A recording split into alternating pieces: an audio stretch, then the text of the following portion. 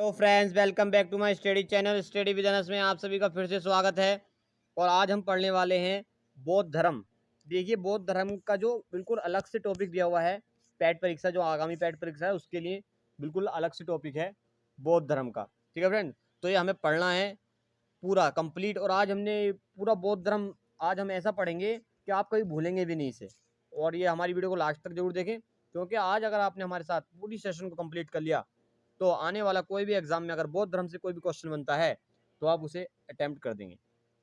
चलिए फ्रेंड्स, शुरू करते हैं बौद्ध धर्म को। देखिए, अगर हम बौद्ध धर्म को देखें तो बौद्ध धर्म गौतम बुद्ध का जन्म कहाँ हुआ था, पहला क्वेश्चन ये पूछा है।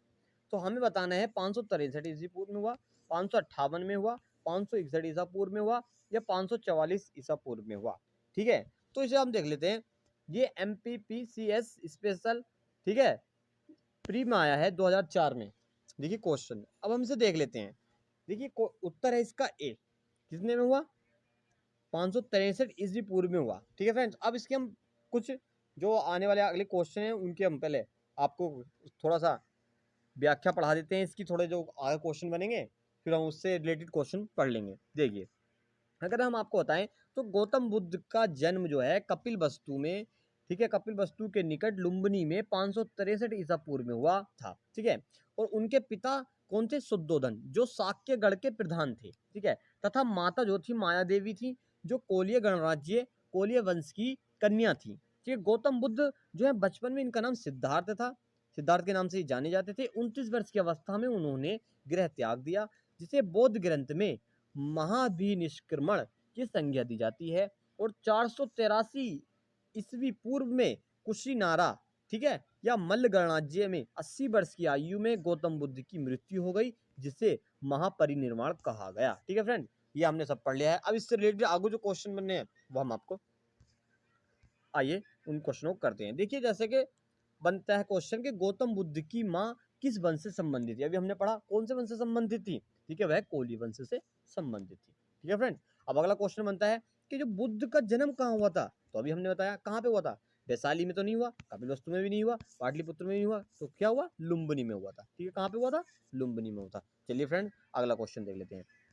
और ये सारे क्वेश्चन बहुत ही ज्यादा महत्वपूर्ण हैं।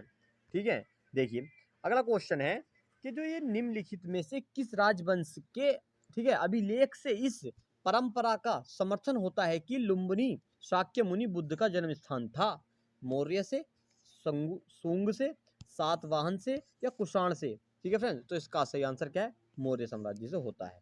ठीक है, देखिए हम कैसे होता है इसे हम आपको दिखा देते हैं। देखिए, मौर्य शासक, मौर्य वंशीय शासक अशोक, ठीक है, रुमिनेदेई अभिलेख से सूचना मिलती है कि शाक्य मुनि बुद्ध का जन्म लुम्बिनी में हुआ था। इस अभिलेख के अनुसार अशोक राज्याभिषेक के 20 वर्ष बाद यहाँ आया था और उसने उस स्थान की पूजा की थी जहाँ शाक्य मुनि बुद्ध का जन्म हुआ था।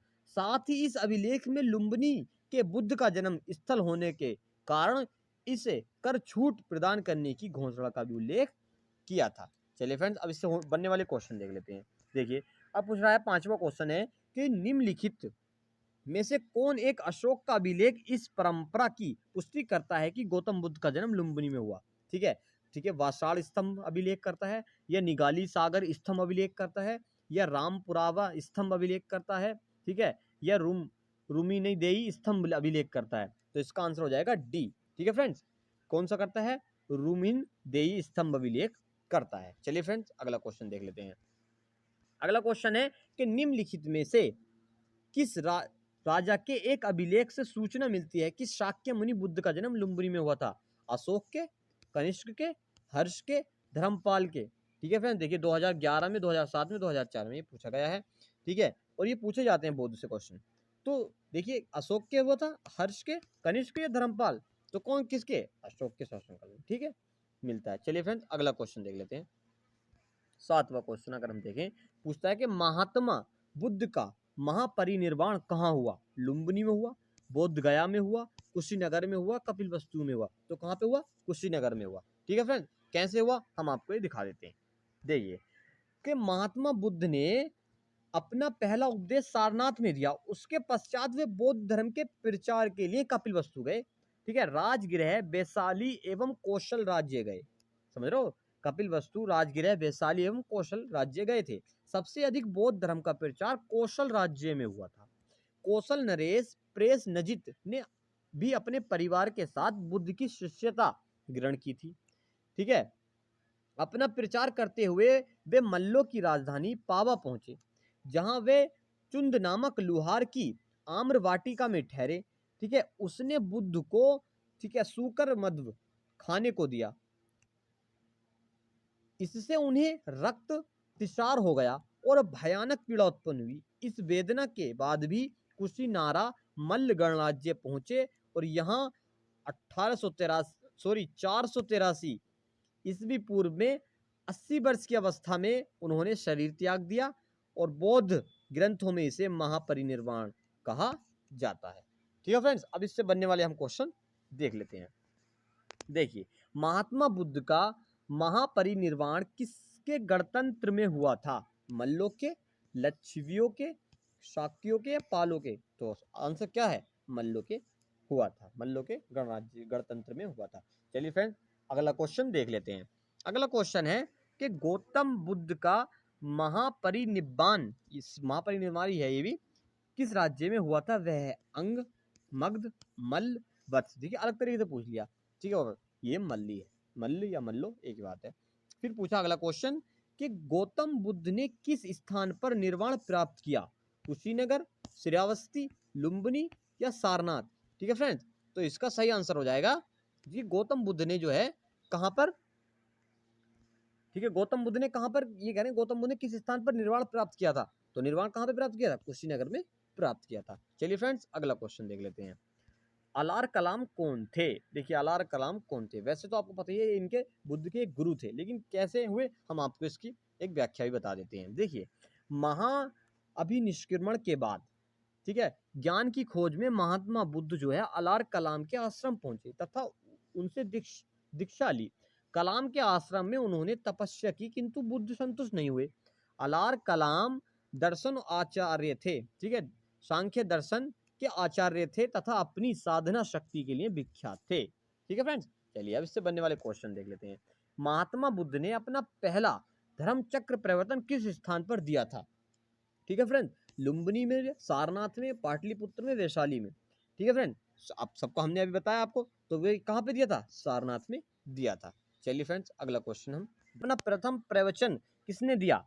ठीक है, महावीर ने, शंकराचार्य, महात्मा बुद्ध या गुरु नानक? तो ऑप्शन हम किसका पढ़ रहे हैं? महात्मा बुद्ध को पढ़ रहे हैं, तो महात्मा बुद्ध। चलिए फ्रेंड्स, अगला क्वेश्चन देख लेते हैं कि प्रथम ग्रंथ, ठीक है, सॉरी, कि ग्रंथों में उल्लेखित धर्मचक्र परिवर्तन है। ठीक है, अब ये पूछा है उनका बुद्ध का दर्शन, सारनाथ में दिया गया प्रथम उपदेश, धार्मिक उपदेश, उनके धार्मिक आदर्श या बौद्ध अनुष्ठान? तो इसका जो सही आंसर हो जाएगा बी, क्या है? प्रथम, सारनाथ में दिया गया उनका प्रथम उपदेश। चलिए फ्रेंड्स, अगला क्वेश्चन हम देख लेते हैं। बुद्ध ने सर्वाधिक उपदेश दिए थे, ठीक है, कहाँ पे दिए? वैशाली में दिए, श्रावस्ती में, कौशाम्बी में, राजगृह में। तो इसका सही आंसर क्या हो जाएगा? श्रावस्ती इसका सही आंसर हो जाएगा। चलिए फ्रेंड्स, हम देखते हैं बुद्ध ने सबसे ज्यादा श्रावस्ती में उपदेश क्यों दिए। देखिए, बुद्ध के सबसे, ठीक है फ्रेंड, बुद्ध के सबसे जो अधिक शिष्य थे कौशल राज्य में हुए थे तथा यहाँ की राजधानी जो थी श्रावस्ती में ही उन्हें सर्वाधिक उपदेश दिए। क्यों दिए? क्योंकि सबसे ज्यादा शिष्य कहाँ पे थे? श्रावस्ती में थे। चलिए फ्रेंड्स, अगला हम इससे बनते हुए क्वेश्चन देख लेते हैं। बुद्ध कौशाम्बी में किसके राज्य काल में आए थे? ठीक है फ्रेंड, ये हमसे पूछ रहा है, उदयन के, ठीक है, या निच्चु बौद्धिक या शतानीक? तो इसका सही आंसर हो जाएगा बी, इसका सही आंसर हो जाएगा उदयन के शासनकाल में आए थे। चलिए हम देख लेते हैं। महात्मा बुद्ध वत्सराज उदयन के काल में कौशाम्बी आए थे। वहां उन्होंने नवा विश्राम उदयन के पिंडोला भारद्वाज के प्रभाव से बुद्ध बनने की बाद, ठीक है, घोषित राम बिहार भिक्षु संघ को दान किया। ठीक है फ्रेंड्स, चलिए कि प्रथम बौद्ध परिषद का संचालन निम्नलिखित में से एक में से किसने किया?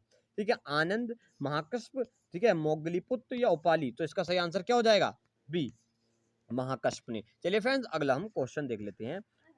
उन कश्मीर में कनिष्क के शासनकाल में जो बौद्ध संगीतियां आयोजित हुई थी उनकी अध्यक्षता निम्नलिखित में से किसने की थी? ठीक है, तो इसका जो सही आंसर हो जाएगा, देखिए इसका सही आंसर हो जाएगा डी, किसने की थी? वसुमित्र ने की थी। चलिए फ्रेंड्स, अगला क्वेश्चन हम देख लेते हैं। आईएएस प्री में पूछा गया था 2001 में। चलिए फ्रेंड्स, अब देखते हैं 20वां क्वेश्चन। 20वां क्वेश्चन में हमसे ये पूछा कि बौद्ध धर्म की महायान शाखा औपचारिक रूप से किसके शासनकाल में प्रकट हुई? अजातशत्रु के, अशोक के, धर्मपाल, कनिष्क के। तो इसका सही आंसर हो जाएगा कनिष्क, इसका सही आंसर हो जाएगा। चलिए फ्रेंड्स, अगला हम क्वेश्चन देख लेते हैं। देखिए अगला क्वेश्चन है कि कनिष्क के शासनकाल में बौद्ध सभा किस नगर में आयोजित की गई? ठीक है फ्रेंड, मगध में की गई थी, पाटलिपुत्र, कश्मीर या राजगृह? तो इसका सही आंसर हो जाएगा कश्मीर, किसके? कनिष्क के शासनकाल में। ठीक है फ्रेंड्स, चलिए अगला क्वेश्चन हम देख लेते हैं। देखिए अगला क्वेश्चन है कि किस शासक के चतुर्थ बौद्ध संगीति का आयोजन कश्मीर में हुआ था? किस शासन के काल में हुआ था? काल में, ये हमसे पूछा। तो अशोक के, ठीक है, कालाशोक के, कनिष्क के, अजातशत्रु के? तो इसका सही आंसर हो जाएगा कनिष्क के। ठीक है फ्रेंड, चलिए अगला क्वेश्चन हम देख लेते हैं कि निम्नलिखित 4 स्थानों में हुई बौद्ध संगीतियों का सही कालक्रम, ठीक है, नीचे दिए हुए कूट को ज्ञात करें। कि भाई सही कालक्रम में ज्ञात करना है, पहले वैशाली में हुआ या राजगृह में, कुंडलवन में या पाटलिपुत्र में, कैसे कैसे हुआ। ठीक है फ्रेंड, तो पहला कहाँ हुआ था? देखिए पहला हुआ था कहाँ पे? राजगृह में हुआ।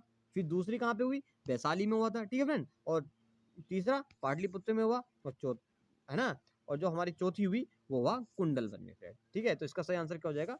डी, इसका सही आंसर हो जाएगा। चलिए फ्रेंड, हम आगे बढ़ते हैं, अगला क्वेश्चन देख लेते हैं। देखिए वो प्रथम बौद्ध संगीति की जो प्रथम बौद्ध संगीति की बुद्ध की मृत्यु के तत्काल बाद मगध नरेश अजातशत्रु के कार्यकाल में राजगृह, ठीक है, अथवा राजगिरी स्थित सतपर्णी गुफा में संपन्न हुई थी। ये तो हमने पहले ही पढ़ा। और द्वितीय बौद्ध संगीति का आयोजन कालाशोक के शासनकाल में बुद्ध की मृत्यु के 100 वर्ष बाद वैशाली में किया गया था। तृतीय बौद्ध संगीति मौर्य सम्राट अशोक के शासनकाल के पाटलिपुत्र में हुई थी। ठीक है, मोगलीपुत्र तीर्थ इसके अध्यक्ष थे। चतुर्थ बौद्ध संगीति कनिष्क के शासनकाल में हुई थी, कुंडलवन में हुई थी, कश्मीर में, ठीक है, संपन्न हुई। इसकी अध्यक्षता वसुमित्र एवं उपाध्यक्ष जो थे अश्वघोष ने अश्वघोष की उपाध्यक्षता की थी। चलिए फ्रेंड, अगला क्वेश्चन इससे बनने वाले हम क्वेश्चन अब देख लेते हैं। देखिए इससे जो क्वेश्चन बना कि प्रथम बौद्ध समिति जो थी उसका आयोजन हुआ था, ठीक है, अनिरुद्ध के शासनकाल में, अजातशत्रु के, बिंबिसार के, ठीक है, उदयभद्र के शासनकाल में। तो इसका सही आंसर क्या हो जाएगा? अजातशत्रु के शासनकाल में। चलिए फ्रेंड, अगला हम क्वेश्चन देख लेते हैं। इससे क्या क्वेश्चन बनने, देखिए निम्नलिखित में से किस नगर में प्रथम बौद्ध सभा आयोजित की गई थी? ठीक है, कहां पर की गई थी? नालंदा, गया, राजगिरी, बोध गया? ठीक है फ्रेंड, तो इसका सही आंसर क्या हो जाएगा? राजगिरी में की गई थी। चलिए फ्रेंड, हम अब अगला क्वेश्चन देख लेते हैं। देखिए अगला क्वेश्चन अगर हम देखें, ठीक है, तो निम्न में से किस शासक के द्वितीय बौद्ध सभा का आयोजन किया था? अजातशत्रु, आनंद, कालाशोक, अशोक? तो इसका सही आंसर क्या हो जाएगा? कालाशोक। चलिए फ्रेंड्स, अगला क्वेश्चन देख लेते हैं कि बौद्ध के जीवन में 4 महत्वपूर्ण घटनाओं और उससे संबंध 4 स्थानों का नीचे उल्लेख है। यह 2 स्तंभ मतलब फर्स्ट और सेकंड में बैठे हैं, अंकित है। इनका जो है हमें सुमेल करना है, मतलब मिलाना है कि जन्म को क्या कहते हैं, ज्ञान प्राप्ति को क्या, प्रवचन, निधन, ठीक है, ये कहाँ हुआ, ज्ञान प्राप्ति कहाँ हुई, ये सब हमें बताना है। ठीक है फ्रेंड, देखते हैं। देखिए हमें पता है इसका जो जन्म हुआ, ठीक है फ्रेंड्स, अगर हम देखें तो इसका जो जन्म हुआ कहाँ पे हुआ है? देखिए जन्म जो हुआ है वो लुम्बिनी में हुआ है, हमें पता है बौद्ध जी का जन्म लुम्बिनी में हुआ। ठीक है फ्रेंड्स, और इसे हम देखें ज्ञान की प्राप्ति बोध गया में हुई है। ठीक है, और प्रथम प्रवचन इन्होंने कहाँ दिया था? प्रथम प्रवचन इन्होंने कहाँ पे दिया था? यह हमें पता है, प्रथम प्रवचन सारनाथ में दिया था। तो इसका निधन इनका निधन कुशीनगर में हो गया था। चलिए फ्रेंड, तो इसका सही आंसर क्या हो जाएगा? सही आंसर हो जाएगा इसका सी। चलिए आगे हम बढ़ते हैं। देखिए अगर हम देखें, अब हम पढ़ते हैं थोड़ी व्याख्या, फिर इससे आगे हम। महात्मा बुद्ध का जन्म 563 ईसा पूर्व कपिल वस्तु के समीप लुम्बिनी में हुआ था। बोध गया में वैशाख पूर्णिमा की रात उन्हें ज्ञान प्राप्त हुआ था। काशी के ऋषभ पंत सारनाथ में उन्हें प्रथम उपदेश धर्मचक्र प्रवर्तन दिया एवं कुशीनगर में उनका निधन हुआ, जिसे बौद्ध साहित्य में क्या महापरिनिर्वाण कहा गया। ठीक है, इससे क्वेश्चन ये बना कि भारतीय कला में बुद्ध के जीवन की किस घटना के चित्र, ठीक है, मृग सहित चक्र द्वारा हुआ? ठीक है, महापरिष्क्रमण, संबोधि, ठीक है, प्रथम उपदेश, निर्वाण। ठीक है फ्रेंड, तो इसका अगर हम देखें तो इसका जो सही आंसर हो जाएगा वो क्या हो जाएगा? प्रथम उपदेश का सही आंसर हो जाएगा। चलिए फ्रेंड्स, क्वेश्चन के बोध गया में महाबोधि मंदिर बनाया गया जहां गौतम बुद्ध पैदा हुए थे, या गौतम बुद्ध को ज्ञान प्राप्त हुआ था, या गौतम बुद्ध ने अपना प्रथम प्रवचन दिया था, या गौतम बुद्ध की मृत्यु हुई थी? ठीक है फ्रेंड, तो इसका सही आंसर क्या हो जाएगा? जहां गौतम बुद्ध को ज्ञान प्राप्त हुआ था वहां बोध गया में, ठीक है, महाबोधि मंदिर बनाया गया है। चलिए फ्रेंड्स, हम अगला क्वेश्चन देख लेते हैं। देखिए अब हम देखते हैं, बोध गया में 6 वर्ष की साधना के पश्चात 35 वर्ष की आयु में महात्मा बुद्ध को वैशाख पूर्णिमा की रात में पीपल वृक्ष के नीचे ज्ञान प्राप्त हुआ था। अब उन्होंने दुख तथा उसके कारणों का पता लगा लिया। इसी समय से वे बौद्ध नाम से विख्यात हुए। यही पर, ठीक है, महाबोधि मंदिर बनाया गया था। ठीक है फ्रेंड, चलिए अगर देखते हैं बोध गया में निम्नलिखित में से कौन सा बुद्ध पवित्र स्थल, ठीक है, निरंजा नदी पर स्थित था? बोध गया, लुम्बिनी में, कुशीनगर या श्रीपत्तनम? ठीक है, तो इसे हम देख लेते हैं। इसका सही आंसर क्या हो जाएगा? बोध गया। बोध गया स्थित था। देखिए अगर हम देखें तो पवित्र बोध स्थल बोध गया, पवित्र स्थल बोध गया जहां गौतम बुद्ध को सर्वप्रथम ज्ञान प्राप्त हुआ था, वह निरंजन नदी पर स्थित था। आधुनिक फाल्गु नदी को ही पूर्व में निरंजन के नाम से जाना जाता था। यह नदी तो छोटी धाराओं निरंजना एवं मोहना से मिलने के बाद बनती है। ठीक है फ्रेंड, चलिए अगला क्वेश्चन हम देख लेते हैं। अगला क्वेश्चन कैसा बनता है? इन्होंने पूछा बुद्ध के उपदेश किससे संबंधित हैं? तो आत्मा से संबंधित विवाद है, ब्रह्मचार्य, धार्मिक धर्म का कर्मकांड या आचरण की शुद्धता व पवित्रता? तो इसका जो सही आंसर हो जाएगा वो डी है, आचरण की शुद्धता व पवित्रता। देखिए फ्रेंड, अब इससे हम व्याख्या पढ़ लेते हैं। महात्मा बुद्ध के उपदेश आचरण की पवित्रता एवं शुद्धता से संबंधित थे। बुद्ध के उपदेशों में आत्मा संबंधी विवाद नहीं है। धार्मिक कर्मकांडों की बुद्ध ने आलोचना की है। चलिए फ्रेंड आगे बढ़ते हैं और अगला क्वेश्चन देख लेते हैं। निम्नलिखित में से कौन बुद्ध के जीवन काल में ही संघ प्रमुख होना चाहता था? ठीक है फ्रेंड, देवदत्त, महाकस, आनंद, उपाली? तो इसका सही आंसर हो जाएगा देवदत्त। देखिए फ्रेंड कैसे करना चाहता था इसे हम देख लेते हैं। देखिए देवदत्त जो था बुद्ध का चचेरा भाई था। देवदत्त कौन था? बुद्ध का चचेरा भाई था। यह पहले उनका अनुगत बना और फिर वह उनका विरोधी बन गया। बौद्ध संघ के बुद्ध को हटाकर स्वयं संघ का प्रधान बनना चाहता था, किंतु उसे इसमें सफलता नहीं मिली। वस्तुतः देवदत्त उसी दिन से संघ का प्रधान बनने की सोचने लगा जब वह पहले भिक्षु बना था। चलिए फ्रेंड अगला हम क्वेश्चन देख लेते हैं। बौद्ध ने अपनी मृत्यु के उपरांत बौद्ध संघ के नेतृत्व के लिए निम्न में से किसे नामित किया? आनंद को किया, ठीक है, उपाली को किया, महाकस को किया, उपयुक्त में से कोई नहीं। ठीक है फ्रेंड, तो इसका आंसर क्या हो जाएगा? उपयुक्त में से कोई नहीं। देखिए अब जैसे देख लेते हैं किसे नवनीत किया था। देखिए कुशीनगर में मल्लों के, ठीक है, साल वन में विश्राम के दौरान अपनी मृत्यु के पूर्व बुद्ध ने भिक्षुओं को निकट बुलाकर धर्म उपदेश दिया।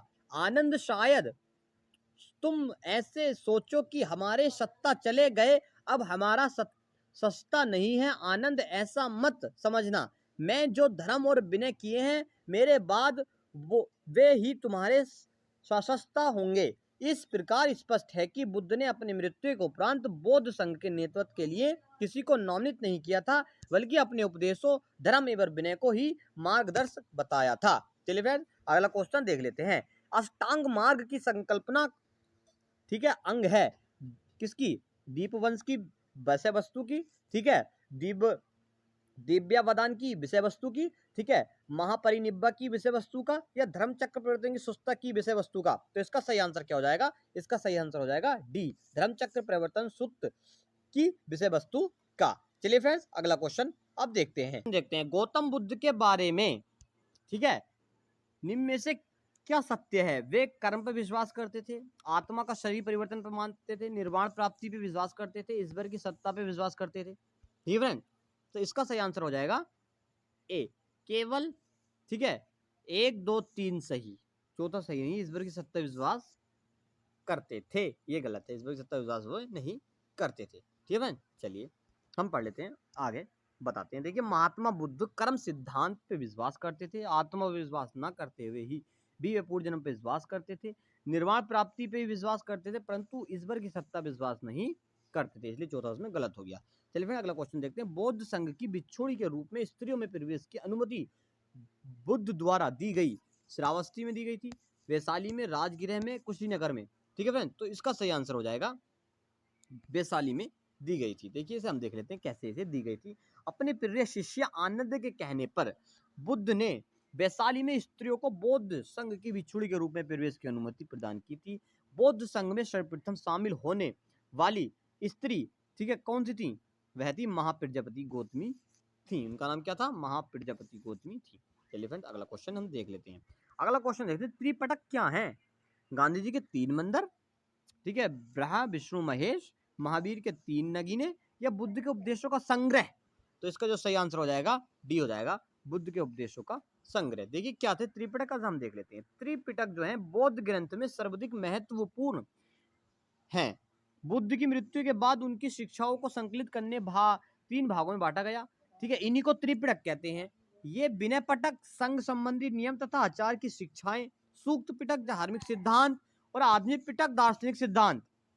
ठीक है फ्रेंड, चलिए अगला क्वेश्चन देख लेते हैं। त्रिपिटक ग्रंथ किस धर्म से संबंधित है? बौद्ध, वैदिक, जैन, बौद्ध, शैव धर्म। तो किससे संबंधित है? बौद्ध धर्म से संबंधित है। देखिए अगला क्वेश्चन देख लेते हैं। अगला क्वेश्चन, निम्नलिखित में से किस बौद्ध ग्रंथ के संघ जीवन के नियम प्राप्त, ठीक है, होते हैं? तो भैया दीघ निकाय से, विनय पिटक से, अभिधम्म पिटक से, विभाषा शास्त्र से। तो उसका सही आंसर क्या हो जाएगा? बी, विनय पिटक से प्राप्त होते हैं। चलिए फ्रेंड्स अगला क्वेश्चन हम देख लेते हैं। प्राचीन भारत में बौद्ध मठों में, ठीक है, पर्वन नामक समारोह आयोजित किया जाता था। ठीक है, वे क्या था? जो एक संघ परिनायक धर्म तथा विनय विषय एक एक वक्त को चुनने का अवसर होता था, या वर्षा ऋतु के दौरान मठों में प्रवास के समय भिक्षुओं द्वारा, मतलब जो उनके शिष्य थे, भिक्षुओं के किए गए अपराधों का स्वीकार्तिक का अवसर होता था। ये किसी नए व्यक्ति को बौद्ध संघ के प्रवेश देने का समारोह होता था, या उसका सिर मुंडवा दिया जाता था, जो पीले वस्त्र पहना दिए जाते थे। या चौथा ये है कि आषाढ़ की पूर्णिमा के अगले दिन बौद्ध भिक्षुओं के एकत्र होने का अवसर होता था, जब वर्षा ऋतु के आगामी 4 महीने के लिए निश्चित आवास चुनते थे। ठीक है फ्रेंड, तो देखिए इसी कितना हो जाएगा? तो इसका जो आंसर हो जाएगा बी हो जाएगा कि वर्षा ऋतु के दौरान, ठीक है, वर्षा ऋतु के दौरान मठों में प्रवेश के समय, ठीक है, भिक्षुओं द्वारा किए गए अपराधों को स्वीकृति का अवसर होता था। चलिए फ्रेंड्स अगला हम क्वेश्चन देख लेते हैं। अगला क्वेश्चन देखिए, वर्षा ऋतु के समय 4 महीने बौद्ध भिक्षु बौद्ध ठीक है, महाविहारों में निवास करते थे। इस समय धर्म प्रचार कार्य स्थगित रहता था। वर्षा ऋतु की समाप्ति पर पुनः धर्म प्रचार कार्य प्रारंभ होता था। बौद्ध भिक्षु पर्वन नामक समारोह का आयोजन करते थे। इसमें पीछे किए गए कार्यों पर विचार करते हुए आगे की कार्य योजनाएं बनाई जाती थी। इसके अतिरिक्त भिक्षु इस समारोह को अपने द्वारा किए गए अपराधों का स्वीकारित करते थे। चलिए फ्रेंड अगला क्वेश्चन हम देख लेते हैं। अगला क्वेश्चन है कि विश्व में सबसे ऊंचा कहे जाने वाला विश्व शांति स्तूप बिहार में कहाँ है? वैशाली में, नालंदा में, पटना में, राजगिरी में। तो इसका सही आंसर क्या हो जाएगा?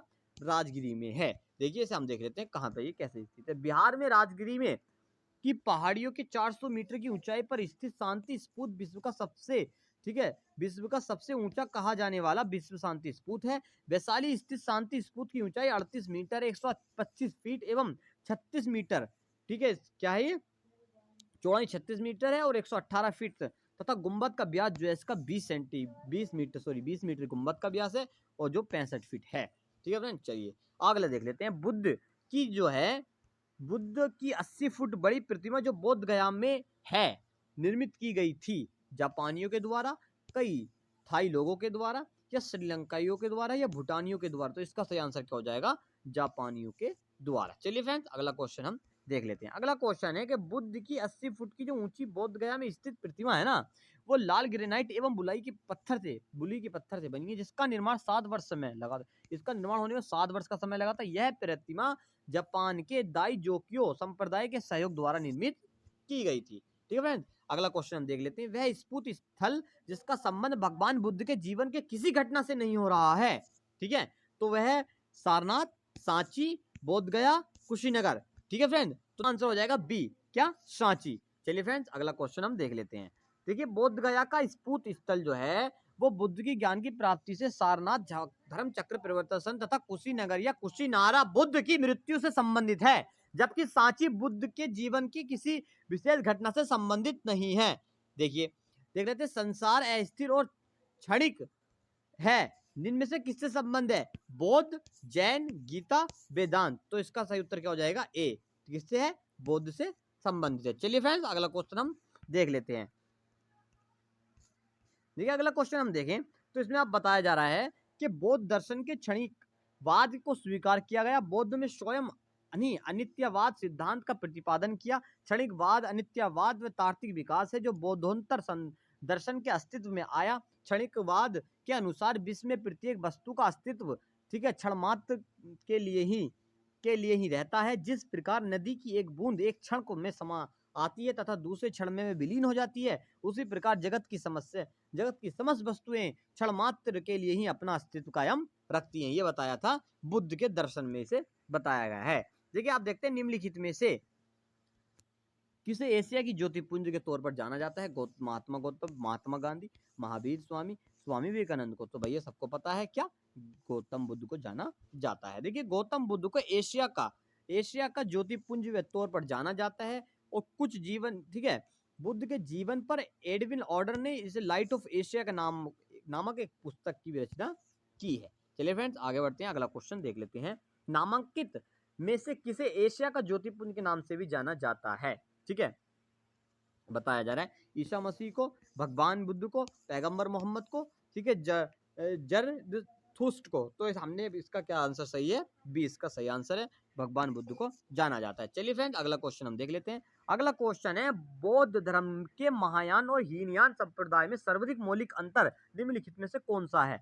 ठीक है, अहिंसा पर बल देना, जाति रहित समाज, देवी देवताओं की पूजा, स्पूत पूजा या हिंसा पर बल। तो इसका जो सही आंसर हो जाएगा वो हो जाएगा सी, देवी देवताओं की पूजा। देखिए कैसे हम बता देते हैं। बौद्ध धर्म के हीनयान और महायान संप्रदाय का सर्वाधिक मौलिक अंतर देवी देवताओं की पूजा था। हीनयान में बौद्ध को एक ही महापुरुष माना जाता है, जबकि महायान में उन्हें देवता माना गया तथा उनकी पूजा की जाने की लगी। इसी के साथ ही अनेक बौद्ध सत्वों की जो पूजा की जाने लगी। ठीक है फ्रेंड, चलिए अब इससे रिलेटेड क्वेश्चन देख लेते हैं। गौतम बुद्ध को एक देवता का स्थान किस राजा के युग में प्राप्त हुआ? अशोक के, कनिष्क के, चंद्रगुप्त विक्रमादित्य के या हर्ष के? तो इसका जो सही आंसर हो जाएगा वो हो जाएगा बी, कनिष्क के। चलिए फ्रेंड्स अगला क्वेश्चन हम देख लेते हैं। देखते हैं कनिष्क के शासन काल में संपन्न चतुर्थ बौद्ध संगति में बौद्ध धर्म हीनयान एवं महायान नामक दो स्पष्ट एवं स्वतंत्र संप्रदायों में विभक्त हो गया था। महायान शाखा बौद्ध को देवता माना गया तथा उनकी पूजा की जाने लगी। इस प्रकार कनिष्क के काल में बौद्ध धर्म को ही महायान शाखा के तहत गौतम बुद्ध की एक देवता का स्थान प्राप्त हुआ। ठीक है फ्रेंड, में पहले जिस मानव प्रतिमाओं की पूजा गया वह थी ब्रह्म की, विष्णु की, बुद्ध की, शिव की। तो वह थी बुद्ध की प्रतिमा थी। चलिए फ्रेंड देखते हैं। भारत में सबसे पहले बुद्ध की प्रतिमाओं की पूजा की गई। बौद्ध धर्म के महायान शाखा के अनुयायी को सर्वप्रथम बौद्ध मूर्ति स्थापित करने उनकी पूजा प्रारंभ कर दी थी। चलिए फ्रेंड आगे हम पढ़ते हैं। देखते हैं 53वां क्वेश्चन। देश में निम्न में से किसने मूर्ति पूजा की नींव रखी थी? किसने रखी थी? देखते हैं जैन धर्म, बौद्ध धर्म, आजीवकों ने या वैदिक धर्म। तो इसका सही आंसर क्या हो जाएगा? बौद्ध धर्म। चलिए फ्रेंड्स अगला क्वेश्चन देख लेते हैं। ठीक है, अगला क्वेश्चन देखते हैं कि भाई गंधार शैली की मूर्ति कला में बुद्ध के सारनाथ में हुए प्रथम, ठीक है, धर्मोपदेश से संबंध प्रवचन मुद्रा का नाम है अभय, ध्यान, धर्मचक्र, ठीक है, भूमि स्पर्श। इसका सही आंसर क्या है? धर्मचक्र है। चलिए फ्रेंड देख लेते हैं अगला। देखिए आप देखते हैं गंधार की उत्पत्ति का स्रोत एशिया माइनर के हेलेनिस्टिक कला थी। इस शैली की कला प्रमुख विषय महात्मा बुद्ध का जीवन चरित्र है। इसके अंतर्गत बुद्ध की धर्मचक्र मुद्रा, ध्यान मुद्रा, अभय मुद्रा और वरद मुद्रा आदि मूर्तियों का निर्माण किया गया। चलिए फ्रेंड्स आगे बढ़ते हैं। अगला क्वेश्चन देखते हैं कि बुद्ध की खाड़ी प्रतिमा निम्न में से किस काल में बनाई गई? खड़ी प्रतिमा किस काल में बनाई गई? गुप्त के, कुषाण के, मौर्य के, गुप्तोत्तर के। तो इसका सही आंसर क्या हो जाएगा? कुषाण के काल में बनाई गई इनकी खड़ी मूर्ति। चलिए फ्रेंड्स आगे हम देखते हैं अगला क्वेश्चन। देखिए कुषाण के काल में ही गंधार एवं मथुरा कला शैली के तहत बुद्ध की एक जो है बहुसंख्यक मूर्तियों की बैठी एवं खड़ी स्थिति में निर्माण हुआ। ठीक है, बीएस अग्रवाल के मत अनुसार सर्वप्रथम मथुरा में ही बुद्ध मूर्तियों का निर्माण किया गया था, जहां इनके लिए पर्याप्त आधार था। चलिए फ्रेंड अगला क्वेश्चन हम देख लेते हैं कि भगवान बुद्ध की प्रतिमा कभी कभी एक हस्त मुद्रा युक्त दिखाई गई है, ठीक है, जिसकी भूमि स्पर्श मुद्रा कहा जाता है। यह किसका प्रतीक है? मार पर दृष्टि रखने, अपने ध्यान को विघ्न डालने के, मार को रोकने के लिए, ठीक है, बुद्ध की धरती का आह्वान है, या मार को ठीक है प्रलोभनों के बावजूद अपनी सुचिता और शुद्धता का साक्षी होने के लिए बुद्ध की धरती का आह्वान है। यह बौद्ध अपने अनुयायी को स्मरण कराना कि वे सभी धरती से उत्पन्न होते हैं और अतः धरती में विलीन हो जाते हैं, अतः जीवन संक्रमणशील है। या चौथा यह है कि इस संदर्भ में दोनों ही कथन ए और दो सही हैं। ठीक है, तो इसका सही आंसर क्या हो जाएगा? बी, कि मार्ग के, सॉरी इसका सही आंसर क्या हो जाएगा? डी, ये दोनों ही सही हैं, ए और बी दोनों ही सही हैं। चलिए अगला क्वेश्चन देखते हैं। वक्त काव्यों पर विचार करके और उससे नीचे दिए कूटों से सही उत्तर चुने। नंबर 1 क्या है? इन्होंने हमें निशन जैसे कथन निष्कर्ष होते हैं ना, वैसे ये क्वेश्चन है। इसे हम देखो, ऐसे क्वेश्चन आते हैं आजकल के। नंबर 1 कथन ये है कि कुशीनगर मल्ल गणराज्य की राजधानी थी। नंबर आर, दूसरा है आर दिया इन्होंने कि महात्मा बुद्ध का महापरिनिर्वाण कुशीनगर में हुआ था।